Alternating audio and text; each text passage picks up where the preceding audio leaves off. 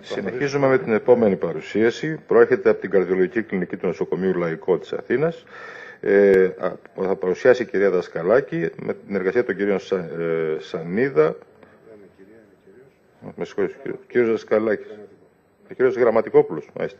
Ο κύριος Γραμματικόπουλος, ο κύριος Γελεπέσης, ο κύριος Λαχοδημήτρης, ο κύριος Σπυρόπουλος, ο κύριος Βουραντάς και ο κύριος Βοτέας είναι η εκτίμηση των αιμοδυναμικών αιτίων της μη αποτελεσματικής αντιπεραστατικής αγωγής.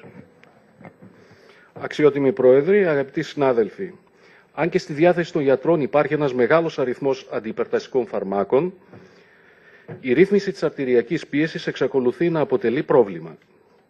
Η υπέρταση είναι μια αιμοδυναμική διαταραχή και εξαρτάται από την κατάσταση και τη συσχέτιση 4 αιμοδυναμικών παραγόντων: της καρδιακής συχνότητας, του όγκου του αίματος, της συσταλτικότητας του μυοκαρδίου και του τόνου των αρτηριών αντίστασης.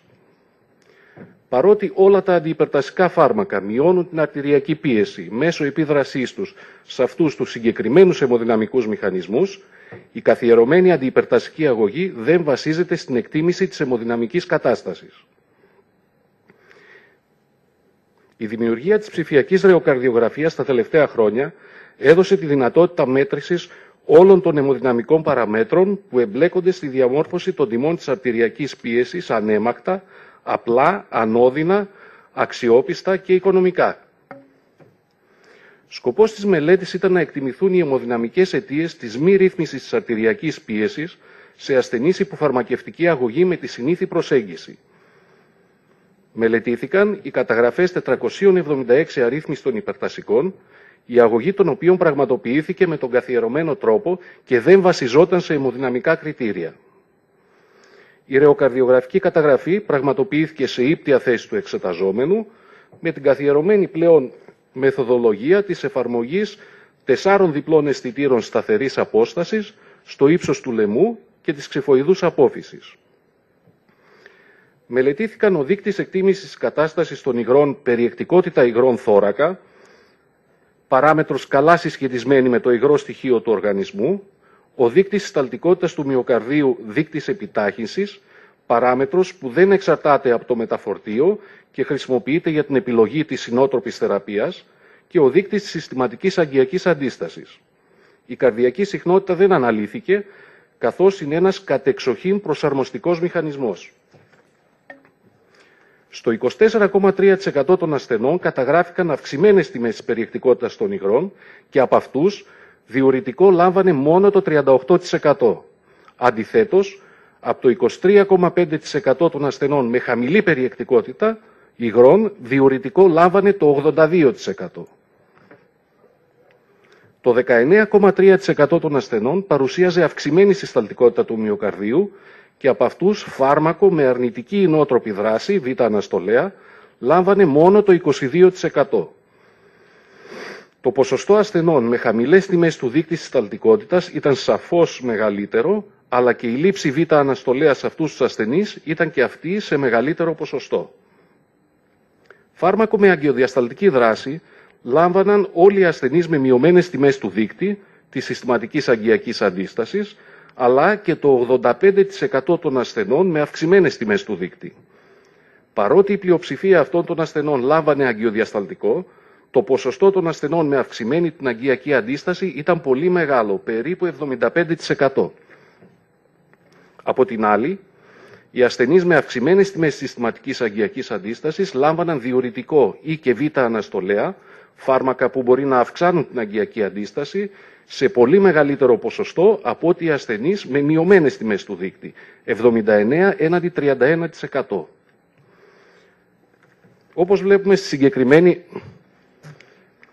συγκεκριμένη περίπτωση αρρύθμιστου ασθενή με αυξημένη την περιεκτικότητα των υγρών και αυξημένη καρδιακή παροχή χωρίς αγκιοσύσπαση, η επιλεχθήσα αγωγή ήταν ένα αγκιοδιασταλτικό.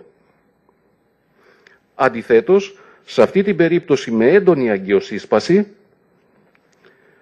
η χορήγηση β-αναστολέα και διουρητικού όχι μόνο δεν ρυθμίζει την αρτηριακή πίεση, αλλά επιδίνωνε την ροή του αίματος και την τροφοδοσία των ιστών με οξυγόνο. Η αντικατάσταση της αγωγής με αγκιοδιασταλτικό πέραν της ομαλοποίησης της αρτηριακής πίεσης, επέφερε και θεαματική βελτίωση της αιμοδυναμικής εικόνας. Τα αποτελέσματα της μελέτης δείχνουν ότι οι αιμοδυναμικές αιτίες της μη ρύθμισης της αρτηριακής πίεσης είναι σύνθετες, με κυριότερη τη μη ρύθμιση της συστηματικής αγκιακής αντίστασης. Η επιλογή των φαρμάκων με τη συνήθη τακτική στην πλειονότητα των περιπτώσεων δεν συμπίπτει με τις αιμοδυναμικές διαταραχές. Σε ένα δε μεγάλο ποσοστό ασθενών, όταν η δράση του χορηγηθέντος φαρμάκου συμπίπτει με την αιμοδυναμική διαταραχή, δεν παρατηρείται επαρκής επίδραση σε αυτήν. Αυτό μπορεί να οφείλεται στη μη επαρκή δοσολογία, στο μη σωστό ή απαραίτητο συνδυασμό φαρμάκων ή και στη μη ευαισθησία στο συγκεκριμένο φάρμακο. Ευχαριστώ για την προσοχή σας. Υπάρχουν ερωτήσεις από το ακροατήριο? Κυρία Δούμα. Εγώ λίγο θέλω να σας ρωτήσω για το δεύτερο συμπέρασμα. Που λέει δηλαδή ότι η επιλογή των φαρμάκων δεν συμπίπτει με τις αιμοδυναμικές διαταραχές. Ναι. Αυτό όμως, έτσι όπως το κατάλαβα τουλάχιστον από τον τρόπο που μας είπα την εργασία, είναι ότι μπορεί να είναι και το αποτέλεσμα του φαρμάκου που παίρνει. Δηλαδή, παίρνει ένα φάρμακο το οποίο δεν έχουμε μέτρηση πριν πάρει το φάρμακο. Ακριβώς. Άρα, μπορεί αυτό το φάρμακο να μην είναι το κατάλληλο όπως υπονοείται καταρχήν, αλλά να μην φτάνει αυτό μόνο του και να θέλει κάποιο άλλο που θα ρυθμίσει πιο καλά την αιμοδυναμική διαταραχή. Δεν σημαίνει η αιμοδυναμική διαταραχή που βρίσκει όταν παίρνει το φάρμακο ο άρρωστος ότι είναι αυτή που θέλει. Ναι. Είναι έτσι τη στιγμή που παίρνει το συγκεκριμένο φάρμακο, αλλά ας πούμε στην κατάσταση των υγρών που κοιτάμε το δείκτη, ενώ παρατηρούμε ότι έχει αυξημένη περιεκτικότητα υγρών, βλέπουμε ότι μόνο το 38% παίρνει ένα διουρητικό, δηλαδή ένα φάρμακο που θα επιδρούσε σε αυτή την παράμετρο.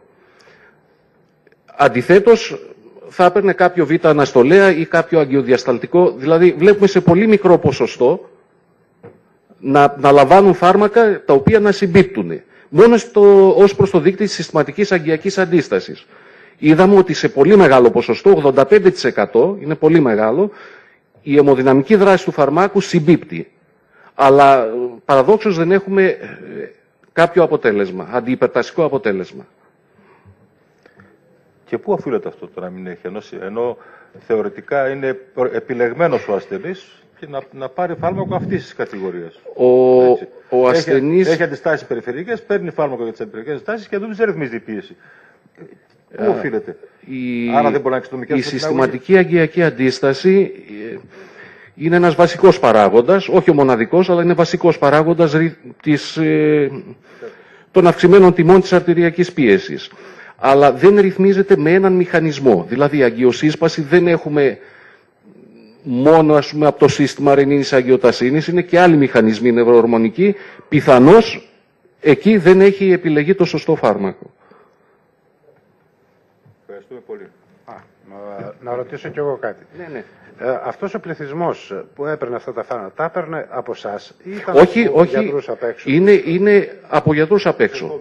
Δηλαδή με τη συνήθεια ογή, όπως γίνεται, απλώς καταγράψαμε την ώρα που μας ήρθε, την πρώτη καταγραφή. Άρα το μήνυμα από την εργασία είναι ότι πρέπει να υποπτευόμαστε ποιος παθοφυσιολογικός μηχανισμός υπερτερεί για να δώσουμε το ανάλογο. Ακριβώς. Είναι καλό να έχουμε τα αποτελέσματα, αφού έχουμε πλέον τη δυνατότητα και να ενεργούμε συγκεκριμένα.